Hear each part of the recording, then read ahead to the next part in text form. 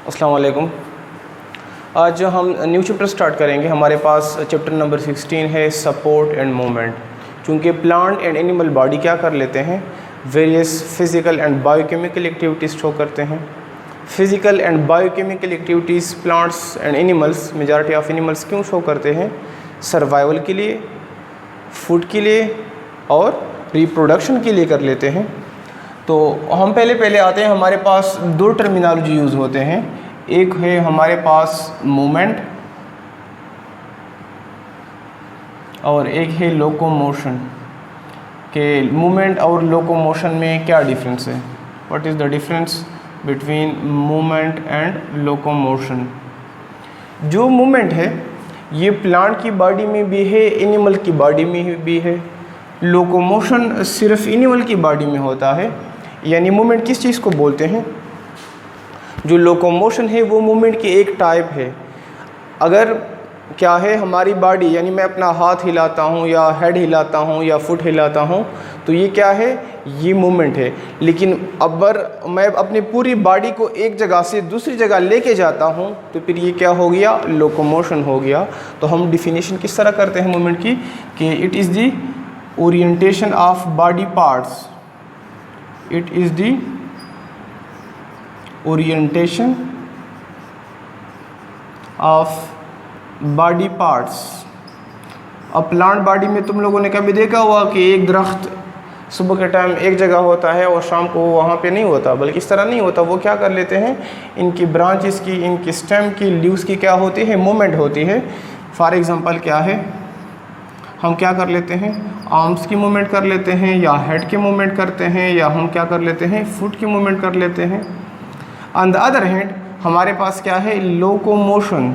Locomotion हमारे पास it is a type of movement जिसमें हम क्या कर लेते हैं? बॉडी को एज अ होल एक जगह से दूसरी जगह लेके जाते हैं।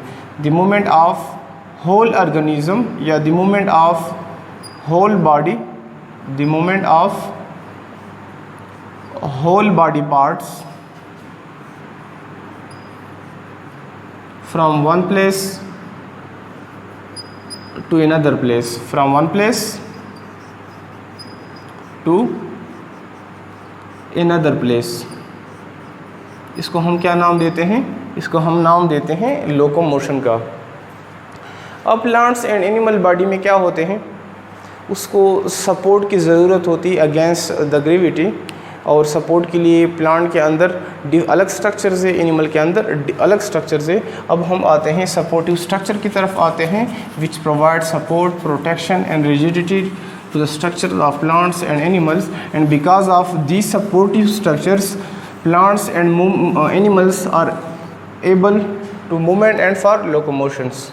तो हमारे पास प्लांट्स के अंदर सपोर्टिव स्ट्रक्चर्स लेटर आर हम डिटेल से डिस्कस करते हैं। इसमें क्या होते हैं? टिश्यूज़ होते हैं प्लांट्स के अंदर जो सपोर्टिव स्ट्रक्चर्स है।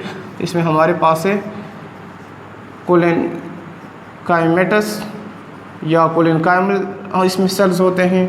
इस पे हमारे पास स्केलेरन काइमल या स्केलेरन काइमेटस टिश्यूज़ होते हैं जो कि प्लांट बॉडी को क्या कर लेते हैं? सपोर्ट देते हैं।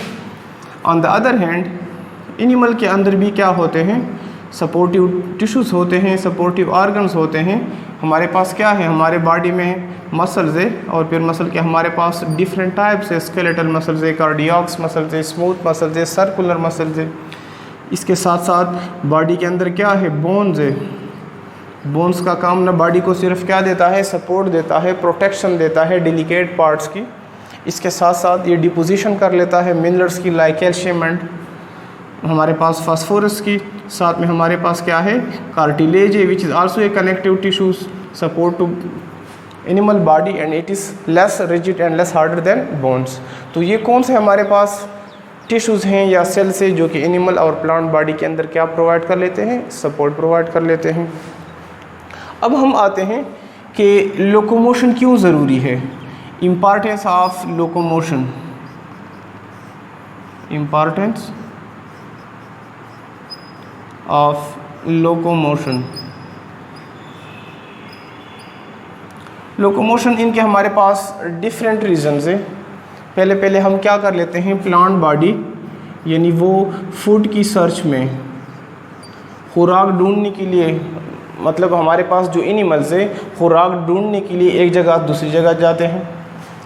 साथ में क्या कर लेते हैं, in order to protect themselves from unfavourable conditions, unfavourable conditions या अनफेवरेबल इन्वायरमेंट, एनिमल के अंदर क्या होती है, लोकोमोशन होती है।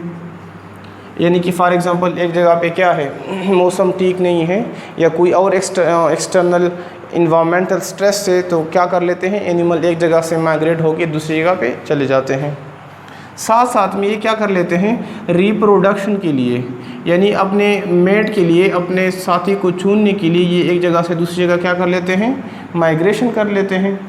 लिहाजा इसी लोकोमोशन की वजह से एनिमल्स के अंदर क्या है, हमारे पास मूवमेंट है, which is one of the characteristics of living organisms. जो मूवमेंट है ये लिविंग ऑर्गेनिज्म की एक बेसिक कैरेक्टरिस्टिक्स है, क्योंकि लिविंग ऑर्गेनिज्म को हम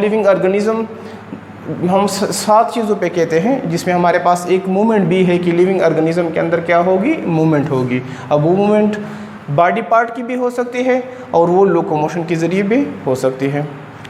अब हम आते हैं प्लांट्स की तरफ कि प्लांट्स बॉडी में सपोर्ट किस तरह, कौन से टिश्यूज़ इन्वॉल्व होते हैं प्लांट बॉडी को सपोर्ट में, और वो उसको किस तरह सपोर्ट कर लेते हैं, कौन से मैकेनिज्म इसमें इन्वॉल्व होते हैं। तो प्लांट बॉडी के अंदर हमारे पास होते हैं स्टेम्स होते हैं, इसके बाद रूट्स होते हैं और लीव्स होते हैं। तो सबसे पहले हम आते हैं फंक्शन ऑफ स्टेम की तरफ, या किस फंक्शन ऑफ स्टेम कि प्लांट बॉडी में स्टेम का क्या रोल है, फंक्शन ऑफ स्टेम। तो स्टेम क्या कर लेता है प्लांट बॉडी को, यानी अगर हमारे पास ट्रीज़ हैं, हमारे पास हाइयर प्लांट्स है जो कि 100, 150 एंड 200 फीट्स पे वो खड़े होते हैं, तो वो किसकी वजह से, because of stem. So stem provide support to plant body, they provide strength to plant body, strength देते हैं, they give rigidity to plant body, उसको सख्ती देते हैं। इसके साथ साथ स्ट्रेंथ क्या काम कर लेता है, एक सप्लाई लाइन का काम कर लेता है, क्योंकि क्या प्लांट बॉडी क्या काम कर, साइल से वाटर को, मतलब रूट हेयर के ज़रिए प्लांट बॉडी साइल से, रूट्स की मदद से, रूट हेयर की मदद से वाटर को, मिनरल्स को, न्यूट्रिएंट्स को एब्जॉर्ब कर लेते हैं और उसको बेचते हैं toward the aerial part of the plants. Aerial part of the plant और those plants which are found in the air, यानी जो साइल से ऊपर मौजूद होते हैं उसको हम क्या नाम देते हैं, एरियल प्लांट्स। लिहाजा स्टेम क्या है, एक ब्रिज का काम करता है, एक सप्लाई लाइन का काम कर लेता है, एक कनेक्शन का काम कर लेता है between the roots and the aerial part of the plants. So the stem is, it act as supply line between the roots and aerial parts of plant। और ये स्ट्रेंथ सपोर्ट किस वजह से देता है, it is made up of various type of tissues या various type of sales से बने होते हैं। इनके अंदर डिफरेंट टाइप से इसमें लिविंग सेल्स भी मौजूद होते हैं,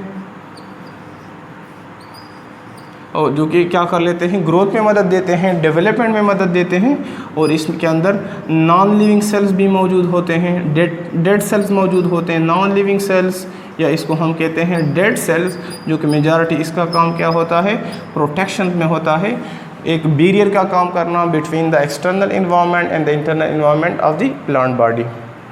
अब हम आते हैं प्लांट बॉडी में सपोर्ट कौन से मैकेनिज़्म के ज़रिए पैदा होता है, कौन कौन से मैकेनिज़म्स है जो कि प्लांट बॉडी के अंदर इन्वॉल्व है और काम कर लेते हैं, सपोर्ट का काम कर लेते हैं।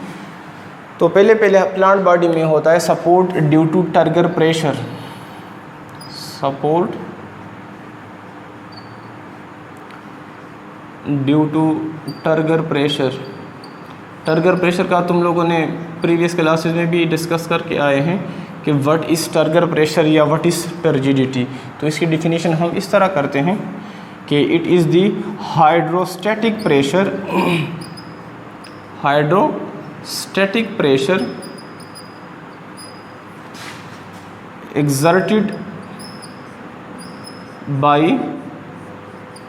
protoplast on the cell wall, यानी क्या होता है hydrostatic pressure. Hydro mean water, static यानी वाटर की वजह से प्लांट सेल के अंदर क्या होता है, जो प्रेशर बिल्टअप होता है सेल वॉल पे, तो इसकी प्लांट मतलब यानी बाहर से अगर प्लांट सेल के अंदर पानी आ रहा है तो वो पानी की जब कंसंट्रेशन बढ़ जाए तो वो क्या कर लेता है, एक किस्म का फोर्स पैदा करेगा, प्रेशर पैदा करेगा। क्योंकि प्लांट का सेल वॉल क्या है, रिजिड है, सख्त है, तो उस प्रेशर को, उस फोर्स को हम नाम देते हैं टर्गर प्रेशर। तो मेजॉरिटी हमारे पास ये क्या है, ये जो टर्गर प्रेशर है प्लांट बॉडी को क्या देता है, सपोर्ट देता है। प्लांट बॉडी को ये रिजिडिटी प्रोवाइड कर लेता है, रिजिडिटी बोलते हैं सख्ती को, and protect from wilting. Wilting बोलते हैं जब पौधे हमारे पास मर जाते हैं। गर्मियों में तुम लोग देखते हो ये पौधे क्या होते हैं, अगर वाटर लॉस ज़्यादा हो जाए तो जो पत्ते वगैरह होते हैं मर जाते हैं, मुरझा जाते हैं, तो इसको बोलते हैं विल्टिंग का।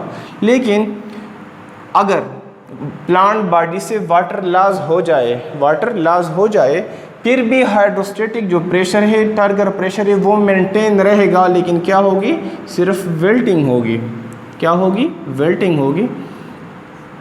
इन ड्रायर और इन ड्रायर कंडीशंस या in less rainy conditions because of loss of water the wilting of plant body occurs whereas the turgor pressure remains the constant। हमारे पास जो नॉन वुडी प्लांट होते हैं, ठीक है, उसमें कौन टर्जिडिटी कौन पैदा करता है, उसमें टर्जिडिटी पैदा करता है इसी टर्गर प्रेशर की वजह से।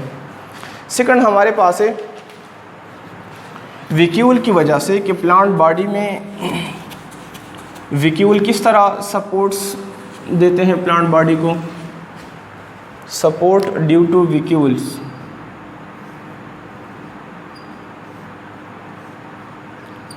Support due to vacuoles, as we are already known that vacuoles क्या होते हैं, लार्ज स्ट्रक्चर्स होते हैं, प्लांट सेल के अंदर मौजूद होते हैं।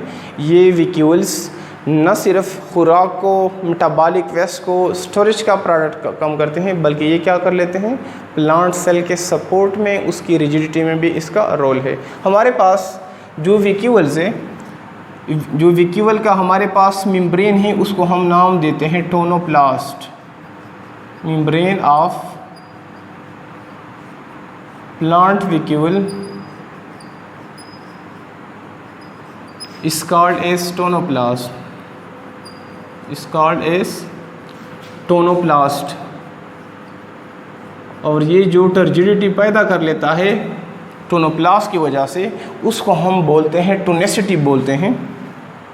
क्या होता है कि प्लांट बॉडी क्या कर लेते हैं, अब ये वैक्यूल के अंदर मौजूद है, स्टोरेज प्रोडक्ट भी है, वाटर भी है, सॉल्यूट भी है, बाहर सराउंडिंग में भी क्या होते हैं, वहाँ पे भी सॉल्यूट्स वाटर मौजूद होते हैं। लेकिन इसी जो टोनोप्लास्ट है, इसके अंदर एक्टिव ट्रांसपोर्ट सिस्टम होते हैं, एक्टिव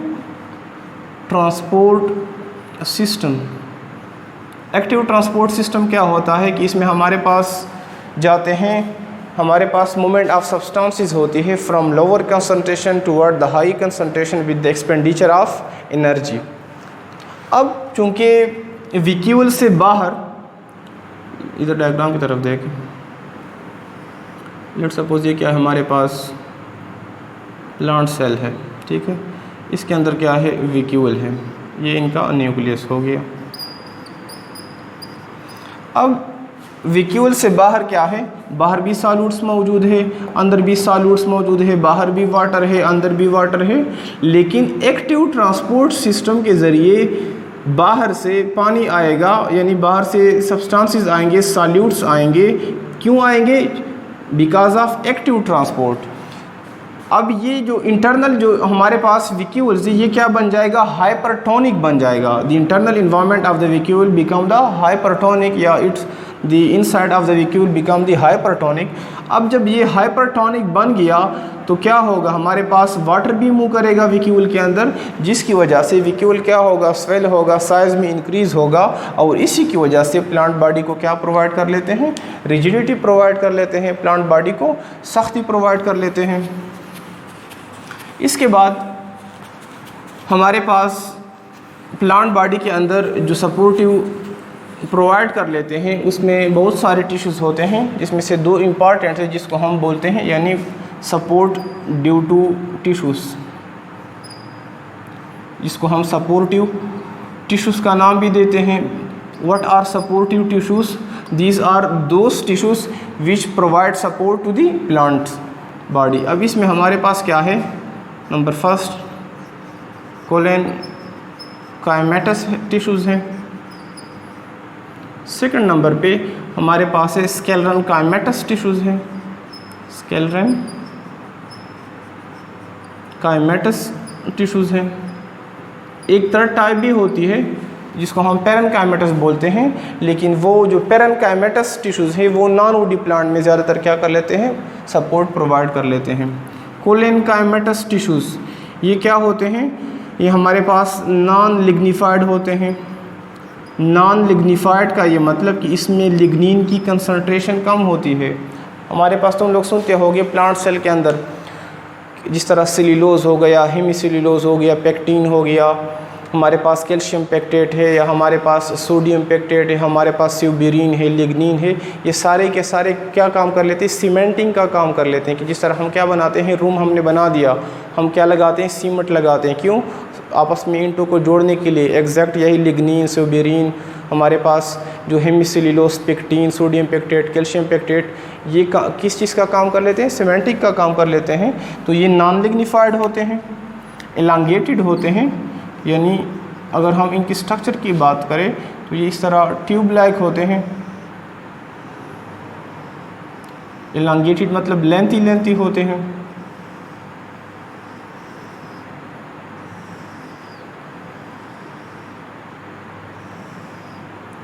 और इनका क्योंकि प्लांट सेल के अंदर हम सेल वाल, अगर हम आ जाए सेल वाल की तरफ, तो सेल वाल के हमारे पास 3 पार्ट्स होते हैं। एक को हम नाम देते हैं प्राइमरी वाल, एक को हम नाम देते हैं सेकेंडरी वाल, और एक को हम नाम देते हैं मिडल लेमेला। तो primary wall is the outer most boundary of the plant cell wall, secondary wall which is present beneath the primary wall, and middle lamella. For example ये एक सेल हो गया मेरे पास, ये दूसरा सेल हो गया, तो इसका भी प्राइमरी वाल एंड सेकेंडरी वाल है, इसका भी प्राइमरी एंड सेकेंडरी वाल है। तो दो एडजेसेंट प्राइमरी वाल को जो ब्रिज कनेक्ट करेंगे आपस में, इसको हम नाम देते हैं मिडल लेमेला। यहाँ पे देखें कि फॉर एग्जांपल ये मेरे पास एक प्लांट सेल है, इसी तरह ये मेरे पास दूसरा प्लांट सेल है, यानी ये इनके क्या है, सेल वाल है।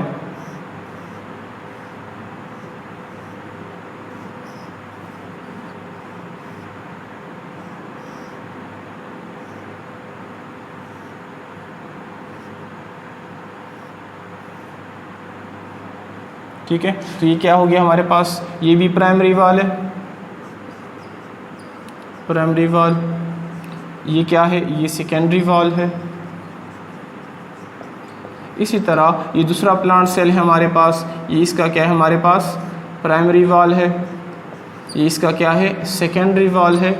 और इनके दरमियान यानी एडजेसेंट, इनके जो प्राइमरी वाल के दरमियान सपोर्ट स्ट्रक्चर होते हैं, सीमेंटिक का स्ट्रक्चर जो कि पेक्टिन से बंद है, जिसको हम बोलते हैं मिडल लेमेला। अब आते हैं कोलेनकाइमेटस की तरफ कि ये हमारे पास नॉन लिग्निफाइड होते हैं, एलांगेटेड होते हैं, और इसका जो प्राइमरी वाल है हमारे पास वो थिक होता है। दे हैव थिक प्राइमरी वाल, थिक प्राइमरी वाल। सेकेंड नंबर पे हमारे पास एक स्क्लेरनकाइमेटस टिश्यूज़, तो ये क्या होते हैं, ये शार्ट्स होते हैं, यानी लॉन्ग नहीं होते, एलांगेटेड नहीं होते। ये हमारे पास लिग्निफाइड होते हैं, लिग्निफाइड होते हैं। और इसका जो प्राइमरी वाल ये 3 होता है as compare to collenchymatous cells या collenchymal cell. They have 3 primary wall, ये भी थिक होता है, लेकिन एज़ कंपेयर टू हमारे पास जो कोलेनकाइमल है ये क्या होता है, 3 primary wall as compare to collenchymal cells. तो ये हमारे पास क्या है, कोलेनकाइमल सेल्स या स्केलेनकाइमल जो हमारे पास सेल्स हैं या टिश्यूज़ है, ये प्लांट बॉडी के अंदर क्या कर लेते हैं, सपोर्ट का काम कर लेते हैं, स्ट्रेंथ का काम कर लेते हैं, रिजिडिटी का काम कर लेते हैं। हम अगला हमारे पास है यानी सपोर्ट है वस्कुलर टिश्यूज़ या वस्कुलर बंडल की वजह से।